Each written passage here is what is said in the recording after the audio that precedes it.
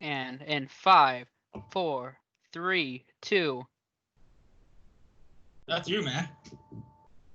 All right, what's up, everyone, and welcome to another episode of the Fantasy Mafia podcast, NBA edition. My name is Jordan Jaika, aka Dr. Fantasy, and I am here with my co-host, the Fantasy Caveman. We are in the middle of our NBA offseason previews. Today we'll be discussing the Charlotte Hornets. And if you haven't watched before, essentially what we're going to do is we are going to break down their 2019-2020 season. Then we'll go into their current depth chart, upcoming free agents, and then we'll move into their needs and where we see them finishing in the future. So thank you guys for watching. If you don't already, make sure you subscribe to our YouTube channel and check out our website, thefantasymafia.com. Lots of great content going up there. So let's dive right into it. Recapping the 2019-2020 Charlotte Hornets season. They were 23-42 during the shortened season. Their head coach is currently James Borrego, who's been there since 2018. Their point leader was Devonte Graham with 18.2 points, one of the best three-point shooters in the NBA this year. He was 7th in the league in 3 points made per game. Terry Rozier also averaged 18 points, a little surprising there. Usually a strong defender, but he showed some improvements offensively. Miles Bridges averaged 13 points, and then they also had PJ Washington at 12.2 points. The rebound leaders, Cody Zeller, their starting center at 7.1. Bismack Biyombo, mostly coming off the bench, had 5.8. Miles Bridges had 5.6. PJ Washington at 5.4. So lots of guys over 5.5 rebound, or right around 5.5 rebounds there. Their assist leader, Devonte Graham, had 7.5 a game. Terry Rozier had 4.1. Graham and Rozier also were tied for the team lead in steals with 1 per game. No one on their team averaged over 1 block, so Bismack Biyombo led the team with 0.9 blocks per game. Caveman, what notes do you have? Who stood out to you? What do you got? Okay. Yeah, kind of those season leaders, kind of underwhelming overall, especially when you talk about your leading rebounder only having just over 7 rebounds a game.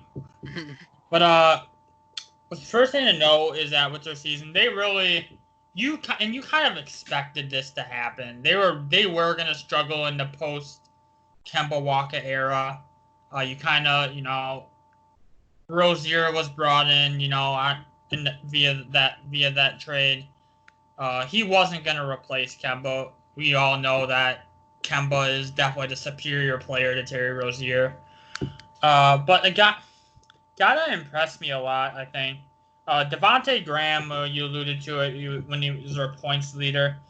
I think him and Rozier, I think I like that combination. You got Rozier that he plays some good defense at that guard position, and then you got Graham who can just flat out score. And I actually think that we didn't really talk about this much. I mean, did we talk about most improved on our award show that we did? We did a little bit, yep. Okay, so I don't think he was brought up during it, but Devonte Graham, you can definitely see, as being one of the most improved guys. I mean, his rookie season, he averaged 4.7 points and 2.6 assists his rookie season. So and obviously that jumped up that you mentioned with the season. He had 18.2 points, 7.5 assists.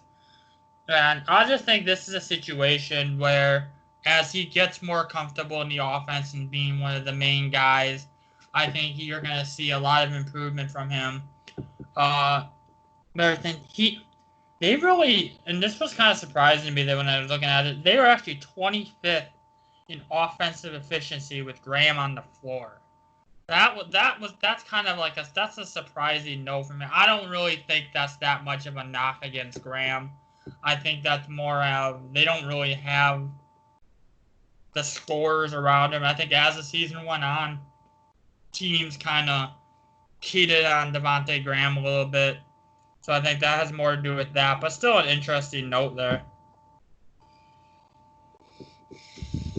Yeah, and for me, I mean, the biggest thing that's kind of scary with Devonte Graham is he was pretty inefficient last year overall. When you look at his percentages, only 38% from the field overall, 37% from three. So if he's able to improve on that, I mean, he's going to be even more dangerous than he is now. And I think you kind of made a good point there. Was who else were you going to key on? Defensively when you're facing the Hornets, you had to shut down Devonte Graham, and that's the main goal there. So going into their depth chart, their current starting point guard is obviously Devonte Graham. Terry Rozier does play the point when Graham's not on the floor. Another interesting name, Malik Monk, who was the 11th overall pick a few years back, hasn't really ever panned out. More of a role player at this point in his career. Shooting guard Terry Rozier. Malik Monk also backs him up there. They have the twins, Caleb and Cody Martin. I remember actually recommending them a few times in our Yeah, daily streaming option. So they had a few solid games. Both of them very solid defensively. So I think they have a role on the bench. They're starting three right now is Miles Bridges with the Martin twins backing him up at power forward. I like that. That makes it short, the Martin twins. yeah. At power forward, you have PJ Washington, another former pretty high round pick. Jalen McDaniels and Miles Bridges behind him.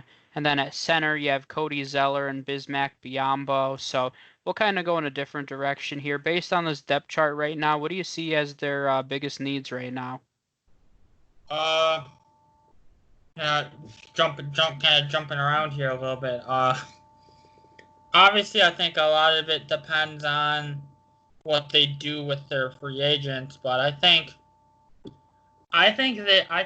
we kind of talked about it with the Bulls. But I think they really need like a playmaking wing. Kind of take some pressure off Devonte Graham. I mean, obviously, yeah, you got Terry Rozier there to distribute a little bit, but I think I honestly think they just need Devonte Graham to focus on taking better shots, and I think 7.5 assists is great, but I think for Devonte Graham to kind of blossom into his potential, I honestly don't want to see him average that many assists. I don't. I think obviously I think Terry Rozier is best set up to be he should be the primary playmaker. I mean, I see Devonte Graham should be more of like a scoring point guard. I was kind of surprised he actually averaged 7.5 assists. I think that number should come down. But I think you get a playmaking wing, you kind of take some pressure off of Devonte Graham to distribute and let him focus on his shot. And you alluded to Devonte Graham's shooting percentage and efficiency. I think a lot of that has to do with shot selection. I don't really. Obviously, I think he's a solid shooter, and you obviously he had a respectable 3-point percentage. But I just don't. He just needs to be smarter and take some better shots there. Yeah, I definitely agree with that. I think their biggest need overall, this is the kind of team I look at their roster, I'm like, okay, like lots of solid players, even Cody Zeller, Bismack Biyombo, who's a free agent, and we'll talk about that in a second, but they just have a lot of solid players. PJ Washington, Yep. the Martin twins, I think showed they can be solid role players. Just lots of, okay, they're like average. It's like this is just an average. I mean, I think this is a perfect team. They just need a superstar, and they would be a playoff contender. And that's all they need. And it's hard. It's easier said than done. This is the kind of team. As a superstar like Anthony Davis, is he going to leave to go to the Hornets? No. So I mean, realistically, it's going to have to come internally. They're going to have to draft that guy, in my opinion. So I think this draft will be really important for them. And going into this upcoming off season, a few of their free agents. They have Bismack Biyombo, Willie Hernan-Gomez, Dwayne Bacon, Joe Cheeley, who played in about 40 games for them. Let me see. Did they have any of your two-way contract G League players here? Ray Spalding. They do have a couple. Yeah, late race by Kobe Snow. Neither one of them, unlike our previous episodes where they played at least 6 minutes and played in a couple games, neither one of their G League guys actually appeared in any games for him this season. Yeah, and kind of interesting. You and I were talking about this before we started recording.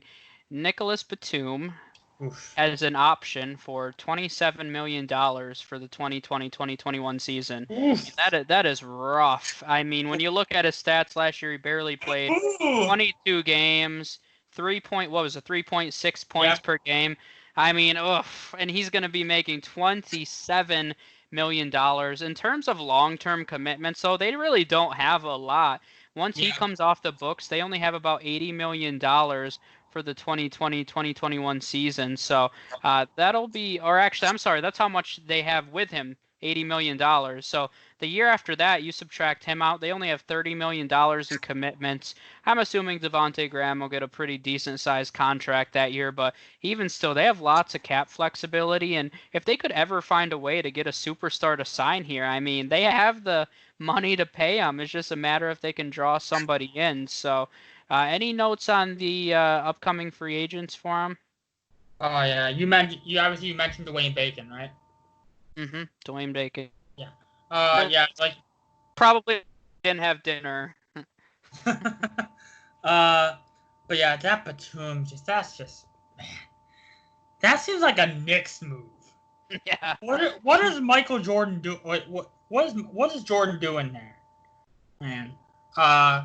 I don't know if that was before Jordan because Batum's been around for a while. I don't know if that was. I don't know who is responsible for this Batum contract, but that's gonna be that's rough. I mean, not a major deal because after this season, they'll be rid of that. As far as in terms of to tie this into the offseason needs that we just discussed, I think a lot of if they don't retain Biombo or Aaron Gomez, who are their two unrestricted free agents, they're definitely gonna have a hole there. You're gonna if they lose Biombo and Aaron Gomez, they have no big men. Mm-hmm. So that's gonna be. I think they retain Biombo. I think he's a solid guy for him. Oh, Zeller's, I just don't like to see my starting center averaging 7 rebounds a game. That's just not going to do it for me. Unless you're like a Brook Lopez type where you're offensively minded. But yeah, 7 rebounds, out of a guy that you're really not going to get a lot out of, like other than, Zeller's a guy that should be averaging close to double-digit rebounds. He just 7 rebounds a game. That's just nah. So yeah, I think they retain Biombo. I think that's the move. But other than that, I don't see them. I don't foresee them retaining both Biombo and Aaron Gomez. I see them probably only retaining one of them. So that's definitely, kind of not a very exciting free agent group for him. So Yeah, I'd agree, and yeah, I would building off of your point of looking at a big man. I think Cody Zeller for me. I mean, he was the 4th overall pick, which I don't even remember that happening. I just looked it up. I know he was a 1st round pick, but 4th overall, so he's very underwhelming. He's the kind of guy I'd rather him be a rotational big man off the bench for me yeah, personally. So this is a team for me that in the draft they don't have great odds to have a top pick. They'll probably be in that 5 to 8 range most likely. But man, this is a team to me. They need one of those top picks to get an Obi Toppin, a James Wiseman, because James Wiseman to me is a legitimate big man, and if he was their center, I mean that just kind of changes this entire lineup. Because then it shifts Cody Zeller to the bench, which I think he's much more suited for. You still got Graham and Rozier, so I think it just makes it a lot more interesting. But this is a team they need a superstar, and man, they're just always so average. It's so hard for them to get that first pick and to really get that superstar. They're always picking in that 5 to 10 range, and they just haven't been able to hit on someone. And that's a lot because of how the organization has been run and structured. They're just average. They're an average organization, and they need somebody to take them to that next level. And I think it's going to be hard unless they're able to trade up a few spots. And like I said, I have Obi Toppin and James Wiseman as 2 guys that I think would fit in pretty well there. I've mentioned Denny from Israel a few times, which seems to be an interesting name to a lot of people. So they need a guy, and I think it's going to be tough for him this offseason. Yeah, good points. I think another I can't dude from USC, the Onyeka Okunwu. Did my best there, but he's another guy, another big man. Since they're probably gonna miss out on, probably gonna miss out on a Wiseman or a Topping because they're probably not they're not gonna get up to that range. So I think he's a guy that I was looking at, and I think he kind of fits. I think he would kind of fit well with what the Hornets need, and like I said, move.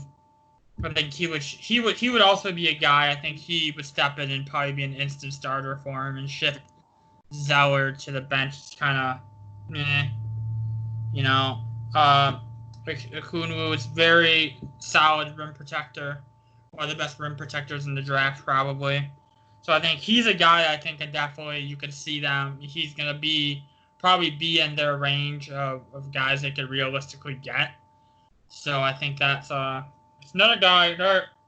As far as free agents fits, I think Montrezl Harrell is an interesting name to watch out for them. I think if they were able to, I mean, obviously Montrezl Harrell isn't a superstar, probably a star, I would say, in somewhere in that. It's bold. Star, he's better than average. Yeah. However you want to term it, but I think he fits their biggest need, especially since I don't think they retain both of their big men, so they're gonna have to get it. They're gonna have to address it either in free agency or the draft. I mean, look at Montrezl Harrell this year.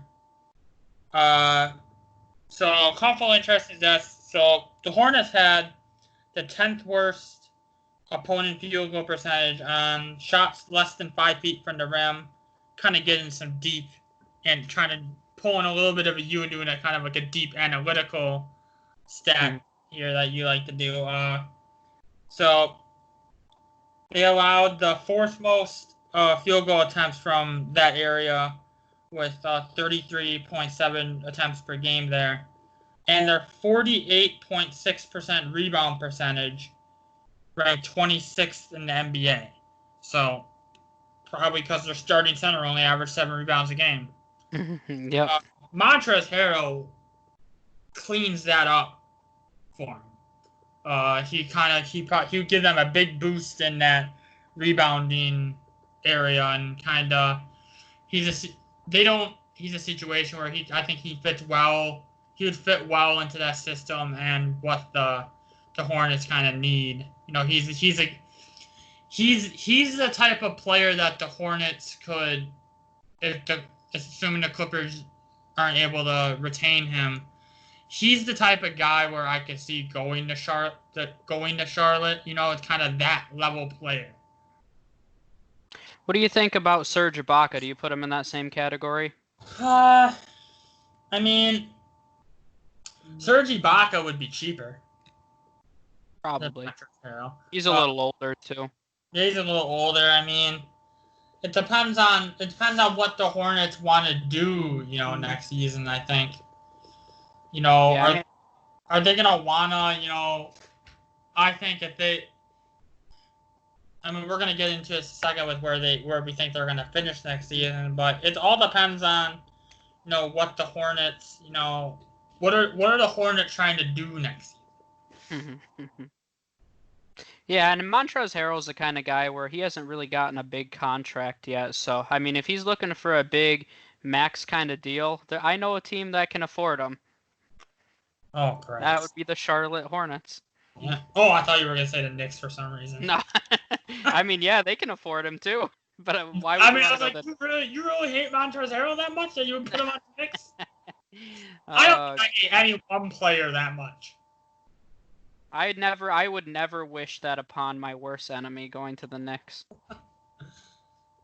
But all right, let's see. So we'll wrap it up then with where we think they're going to finish next year. And I mean, I kind of mentioned it before, in my opinion, this is just such an average team. If they're able to put a few pieces. Or I mean, this is the kind of team. The past few years they've kind of floated around 500. This year they didn't at 23 and 42. But if they're able to sign a few guys that they can throw in their starting lineup, I mean, this is a team, once again, I could see them competing for the 8th seed, but we'll see what they do this offseason. I've mentioned it before, but this is the kind of team I think they just need to enter full rebuild mode. I mean, they can keep hovering around 500 for the rest of eternity if they want, but for me, they need a top pick. They need to go out, get themselves a superstar. I've mentioned a few times before Amani Bates in a few years, but I just think that he's going to be a superstar. I really like Amani Bates a lot. So this is the kind of team you just need to wait it out and get that true superstar. And I would tear it down, start from the foundation, and just build this organization bottom up, because continuing to get pick 5 to 12, it's just going to be so hard to rebuild that way unless you draw in big free agents. And it's going to be tough to do that in Charlotte. So I would definitely have them on the outside looking in. There's some younger teams with upside that I like more than them. I'd take the Bulls over them. I'd take the Cavaliers over them. I'd probably still have them above the. I'd probably take the Atlanta Hawks over them, honestly. I thought you were gonna say the Knicks first. No, definitely not the Knicks. I'd probably have the Knicks and Pistons below them, and then depending on what happens with Bradley Beal in Washington, I might put them above Washington if Beal leaves. If Beal's there, I'd still put the Wizards over the Hornets, but I'd say bottom 3 or 4 in the East, and I wouldn't have them in my playoff picture right now. Oh yeah. So you mentioned that they should do a complete teardown. So let's say they do in your situation, who do they then? I mean, obviously, if you're talking about a complete teardown, that's pretty much getting rid of everybody. Who are you retaining then? I'd probably keep Devontae Graham. I think that he shouldn't be your number 1 scorer or your number 1 player on your roster. If you want to win a championship, I would put him as, probably your 3rd option. That's nothing against him. It's just when you look at a championship caliber team, normally in today's NBA, they have a few superstars. I mean, I guess I would say your Bucks are a little bit of the exception. I don't know if I'd put Chris Middleton. Okay, what are you trying to say about Chris Middleton here? I don't think he's superstar? Nah, he's not a superstar. He's a solid. That's insult. Oh, come on! If you think he's a superstar, I can't even. I'm not prepared for that kind of debate. Chris Middleton, he's an all-star, but I mean, superstar to me is like a top 15 player in the NBA that takes you to the next level. I mean, that's not Chris Middleton. He's an all-star player, but so is Bledsoe. Yeah, same Bledsoe. That's what I mean. They have one superstar and a bunch of guys that are kind of all-stars to just really, really above average players. And there's nothing wrong with that. I mean, I love how the Bucks play. But, I mean, for me, I would probably honestly just keep Devontae Graham and tear the rest down. As these other guys become free agents, Malik Monk, Cody Zeller, Biyombo, Rozier, I would just focus on playing young players and developing and building them. I don't know much about their head coach. I haven't even been able to dig up much. It seems like he doesn't really people don't love him, people don't hate him. He's just kind of there right now. So I think they really just need to focus on developing some young. I would consider PJ Washington as well. I like PJ Washington as like a role player, or if he was like the 5th guy in your starting lineup, I don't think that that's a terrible spot for him. And he's only 21 right now, so he can still develop. But yeah, I mean, I really think I would only keep Graham, maybe consider PJ Washington, and just tear the rest down. Interesting that you mentioned you don't know much about him, because I know you're a big Spurs fan. He was actually looking it up quick. He was a Spurs assistant from 2003 2010. So he was under Pop. So then again from 2015 to 2018, right before he got this Hornets job. So interesting. Yeah, I mean, the Spurs have about 1,000 assistants every year. Pop always has a million of them. I can never keep. And he was an assistant coach on the 2 Spurs championship team in 2005 2007. So he comes from a good background. So that's interesting. I can see why they retained him. I don't think they move on from him. I think he goes in. I think he's definitely their coach next season. Yeah, But he hasn't really done anything great or terrible. They've been kind of it's average with kind of him. it's just like goes with your meh average thought. But for me, I mean, man, it's tough to judge, kind of where the Hornets are gonna be because uh they're not they're not. I just don't see Jordan. I think like they came in. I think with Jordan being there, I think they expected Jordan, being Jordan, that Jordan brand, that Jordan name, that was gonna draw someone there, and it just hasn't. And I don't see it happening at this point. So I feel they're not obviously on. I know you're not gonna like, but they're probably not. They're not obviously. They're not gonna do a complete teardown. I just don't see that I with don't think so Jordan either. at the helm. They're not gonna. I think Jordan's gonna be content with being a around 500 team for the next 25 years, uh, something like that. Like I said, Graham. Yeah, Graham's a nice piece to build around. I could see they'll probably be next year and for the years to come. They'll probably be, around. See them being around 500. Obviously they weren't anywhere near that this year, but I think if when they improve, with Devontae Graham improves, as Terry Rozier also gets more comfortable in the offense, I do think they're going to be better next year. Just as those guys, better as in, they're going to win more than 23 games, so they're going to have a better win percentage, but they're still not going to be. I still see them being good to the point where they're going to make the playoffs, but they'll improve from a win standpoint as these guys that they have continue to develop to the point where, I'm talking development, but it's like, develop to what point? It develops to where you get 5 more wins. Right. Like that's what we're really talking about right now.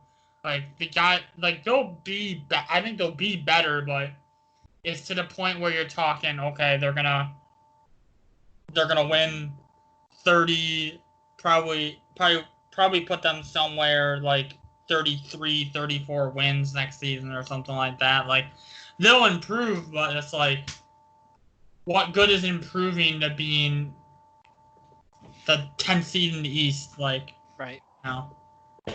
Yep, I agree with you. All right. Any final thoughts on the Hornets? And I don't have anything to add to this wonderful roster. Yeah, I will say one more positive thing in their favor. They're better than the Knicks. Oh, that's not saying much. That's a great note to end on. Every time we finish one, at least you're better than the Knicks. So Yeah, thank you everybody for watching. That's how we're ending every pod from now on. We're gonna say that they're better than the Knicks. Just remember, anytime you think your life is bad, at least you're not a part of the Knicks organization. Yep. So, all right. Thank you, guys. I think that's all we have on the Hornets today. So we appreciate you guys watching. Make sure you check out our website, thefantasymafia.com. Subscribe to our YouTube channel and check us out on Facebook. So we'll see you guys next time. NBA season's right around the corner, so lots of cool stuff coming out in the next few weeks. So peace out, and we'll see you next time. Peace out.